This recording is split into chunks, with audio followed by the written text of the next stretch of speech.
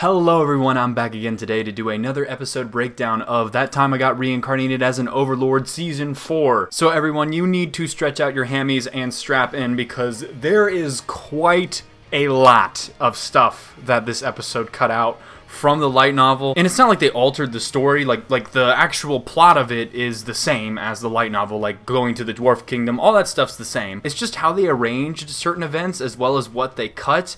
I was just blown away at how much there was, so I'm not gonna be able to cover every little thing. It's just impossible. There's too much stuff. So I'm gonna be hitting the high points and things that I thought was interesting. I just wanted to say, in particular, this episode, I thought they cut out a lot. So guys, this is the start of the Volume 11 content, which is the Craftsman of the Dwarves arc. And it starts off actually with the epilogue of Volume 10, with that scene between Demiurge and Albedo. So as it turns out, Demiurge did have a plan to subjugate the empire and make it a vassal state. However, he thought it would take a month at the least, and everyone is just blown away at Ainz being able to vassalize the empire so quickly, when in truth, this whole thing with the empire, as I've said several times already, was a complete lucky thing that just kind of fell into Ainz's lap, and just the events, just the stars aligned and allowed for Ainz to do this. And I feel like out of all the NPCs in Nazarick, Demiurge is by far the most guilty of overestimating Ainz. I mean, I swear to God, Ainz could just like breathe and Demiurge would just be like, what a valuable use of oxygen, your knowledge truly knows no bounds. See, is it better to be smart or lucky is one of those questions. And basically Albedo and Demiurge are assuming that Ainz has some grand plan, what's going on in the Dwarf Kingdom, why he's going to the Dwarf Kingdom, when in reality, the main reason he wants to go to the Dwarf Kingdom is because he's one, super interested in runes, and two, he does not want to deal with the whole vassalization of the empire thing. He's just like, I don't really want to work on that, so you guys take care of it. But moving on from there, a scene that was cut from the light novel is actually the entire prologue of this volume. And the prologue of the volume revolves around Gondo, who's the dwarf craftsman that we discover in this episode. And in the prologue of this volume, we basically see Gondo in the dwarf city, and he basically works there with a bunch of other dwarves, and it kind of shows you a little bit of their lifestyle and how they work in the mines. It also shows Gondo's decision for wanting to go to the abandoned city in order to get a special ore. I also remember there being a mention of something similar to like black lung that like miners face in our world, and I think it's some sort of sickness. I thought that was a cool parallel into the dangers of the mining business. Basically, it just shows you that Gondo is willing to risk his life to go to this abandoned city to get the special ore for his runecraft research, and like his supervisor's just like, you shouldn't do that, like, you know, it's not worth it. And Gondo is just super passionate about keeping runecraft alive, which we find out in this episode is a dying art. So moving on from that, once again, there's an entire section of the volume they cut out, and they sprinkled elements of it at different points in this episode. But there's this whole scene with Ainz and one of the homunculus maids, and Ainz is debating about who he wants to take with him to go to the Dwarf Kingdom. And he considers taking like undead and like expendable people, but he realizes that that isn't a good idea because they're not adaptable to new situations. And Ainz also has some inner dialogue about the possibility of running into other players and how much that worries him. Because the fact of the matter is that even though Ainz is level 100 and he's really skilled as an Yggdrasil player, his build and his powers are not optimized for PvP. I think in the light novel he rates himself as like the top of middle tier, so like he wouldn't even put himself as a top tier PvPer relatively to other Yggdrasil players that are optimized for PvP. So that really explains once again why Ainz is so freaking cautious whenever he approaches a new situation. It's not really anything to do with New Worlders, because he's kind of already realized at this point that the New Worlders are way weaker than he is. It's the possibility of running into player items and players themselves. It's like those really strong things that do exist in this world that he's super worried about. And that's why he's so cautious and why he always overthinks things like this. So he wants to take some of the NPCs with him instead of like summons or something, but he kind of like feels weird about that. So he asks one of the homunculus maids how they would feel about dying for him, and she responds that, you know, the NPCs would gladly give up their lives for Ainz, it would be no problem. And so because of that, he decides he wants to use the NPCs as his bodyguards. And this is shown a little bit in the anime, but like I said, it's all jumbled up because they didn't include this actual big scene in Nazarick. It's more of just like a flashback. So Aura is kind of a no-brainer for this situation because she is just really good at being a tank,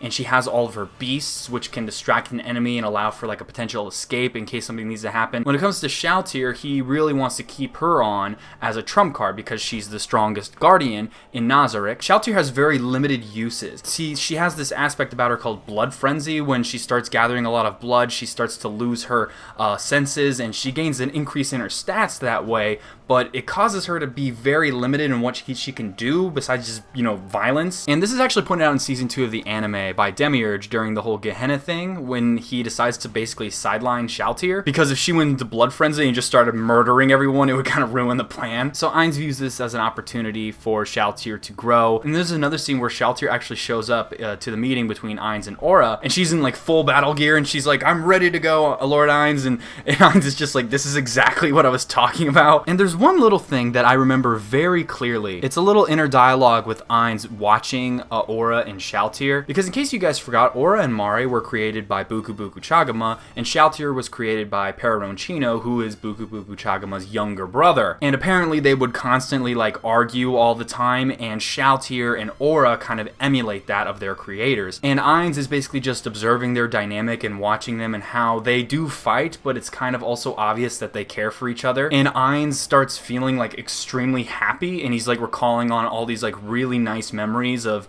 Buku Buku Chagama and Pararoncino and the rest of his friends. But then his emotional suppression kicks in, and he has this whole thing where he talks about how he really hates that whenever he starts thinking about his friends, the emotional suppression kicks in and like kills those thoughts. However, he also views it as really useful because his emotional suppression has saved him many times in the past from like overreacting and stuff. I just thought that was a really interesting thing with Ainz and how he views his nature as an undead as both a hindrance and a blessing. This is also cut from the anime, but Ainz also asked Einzak and Fluter what they knew about the dwarves, and they knew very little about them. So Ainz actually learns that Zembru knows about the dwarf kingdom from another member of the lizardman village. I can't remember his name, but he was one of the tribal leaders that fought against Couchcytus. There's also this whole thing where Ainz is asking the tribal leader about Zariusu's kid with Crush, and he wants to give Zariusu a gift for like all the help he's been doing in Nazarick, because he's been in Nazarick training Hamsky in martial arts. So that's what triggers Ainz's visit to the lizardman kingdom, because the tribal leader told him that Zembru had stayed at the dwarven kingdom for some time, a few years ago. And this is where we see the lizardmen again after 2 seasons, which was really cool. The big beats of the conversation between Couchcytus and Zembru were basically the same as in the light novel. There is one little thing I recall where Zembru was basically just really worried that Ainz was going to be like hostile to the dwarves, and so he basically said because the dwarves took such good care of him, if he decided to attack the dwarves, he would turn on Ainz. This pisses off Couchcytus, but Ainz is just like, yeah, whatever, like, don't worry about it, I don't plan on being an asshole. And another thing that was cut in the Lizardman village is he has a talk with Zariusu himself there, and he brings up the possibility of lizardmen coming to live in Irantel, in the Sorcerer Kingdom, with humans. He also, like, runs the idea past, like, children being brought up there around other human children. Ainz also has this image in his head of watching a goblin child, a lizardman child, and a human child playing together, and he starts getting happy again. And I just think that's really good because it shows you Ainz's inner thoughts as to the utopia he envisions for the Sorcerer Kingdom. And also, Ainz is interested in the kid because it's a white-scaled lizard man, and, Ainz is just interested in rare things like that, and that shows in the episode. But I also thought an interesting thing is just like, yeah, he says, like, I'm not going to take your kid, but if you had a lot of them, I would want one to play with. And I think in the light novel he elaborates on it, he would want to, like, train him up as, like, an adventurer or something like that. It just goes to show you that Ainz isn't, like, unnecessarily cruel, but he would kind of do some cruel stuff, like, just because, if you had a lot of them, I wouldn't mind taking one, it's just like, what? And then there's also that one little funny scene with Couchcytus wanting to be a chair for Ainz. And to elaborate on what he was saying when he said he wanted to train himself, it's not 100%, but I believe this goes back to a scene in season 1, I think it was episode 2. There's a scene where Demiurge contemplates the idea of Albedo or Shallchair giving birth to Ainz's kid. That way he would have an heir, and Couchcytus thinks about it for a little bit and gets excited at the idea, and he's just like, I would be Uncle Couchcytus and the kid would ride on my shoulders, and he just envisions like carrying the child around on his shoulders and stuff, and like Couchcytus just really loves that idea. And so that's what I believe he was referring to when he said the one who will one day ride on me, which is Ainz's kid. In the light novel, Ainz thinks about this like totally differently. He's like, is this some sort of like mating ritual between like Couchcytus's race? Like, what is he talking about? So moving on from there, we have them traveling to the dwarf kingdom. So Ainz with entourage is broken down more in the light novel. They also, besides the Hanzos, who are actually, I believe they're like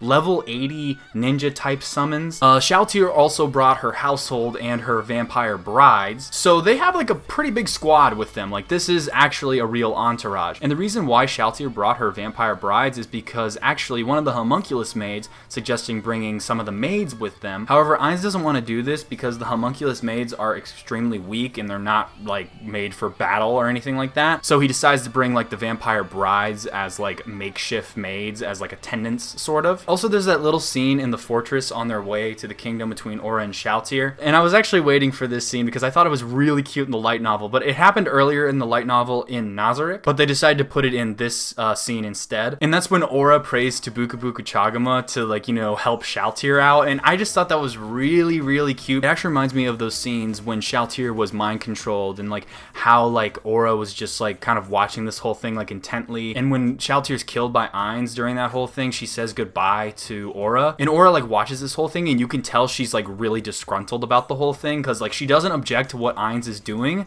but she's upset over the fact that, you know, Shallchair was killed and everything like that. And this scene I just thought was really cute because it shows that dynamic more, and yeah, I just liked it. What can I say? And then we have the scene with them meeting Gondo, which is pretty much for the most part hit all the high points, but I feel like removing the prologue scene just shows you how fateful this meeting was between Ainz and Gondo. Not only is it rare that a dwarf would go to the abandoned kingdom to mine anything, but also the fact that Gondo is one of the very few runesmiths that still exist amongst the dwarves. Like, the art is dying out. So not only is it lucky that a dwarf just so happened to be mining there when Ainz showed up, but it's also a runesmith dwarf. So once again, Ainz just lucking out. Sasuga Ainz-sama. And so then we are introduced to the main force going against the dwarves and why the kingdom of the dwarves has been abandoned so much, and that is the Guagoa. I mentioned them in my opening breakdown video, but they are mole demi-humans. So then we have that whole thing with Shallchair capturing the Guagoa, which was all pretty much the same. And then we see a new type of magic. I think this is the first time it's shown in the anime, and that is charm magic, which is kind of a minor, weaker version of mind control, because it's not actually like full mind control. What charm magic does is just basically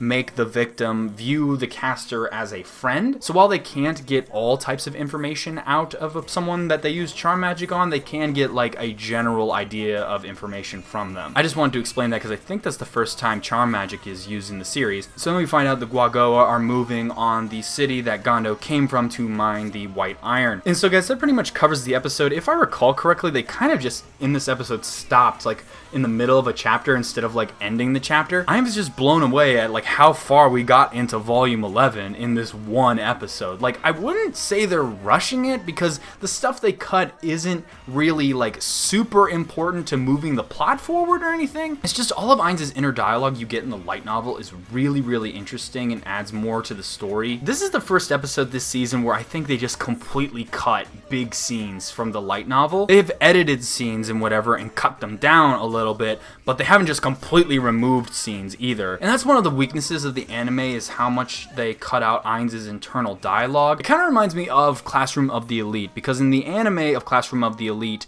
you don't get any internal thoughts of Ayano Koji, the main character, but in the light novel, apparently there's a ton of internal dialogue. And that's just kind of something we have to put up with in an anime adaptation, I think. I mean, you can't put everything in there. But I feel like my breakdown this week had to be a little more in depth because they removed basically an entire scene from this content in the light novel. So guys, what'd you think of this episode? If you were an anime only watcher, I kind of want your opinion. Like, were you confused at all about what was happening and how quickly things were moving? And if you're a light novel reader as well, I want your thoughts on like them cutting out that scene and like all the other small little things they've cut out in this big chunk of volume 11 content. Leave your thoughts in the comment section below, and if you enjoyed this video and you want to see more of it, please hit that like button on your way out. With that being said, I want to thank you all for watching to the very end of the video, and I will see you all next time. Bye!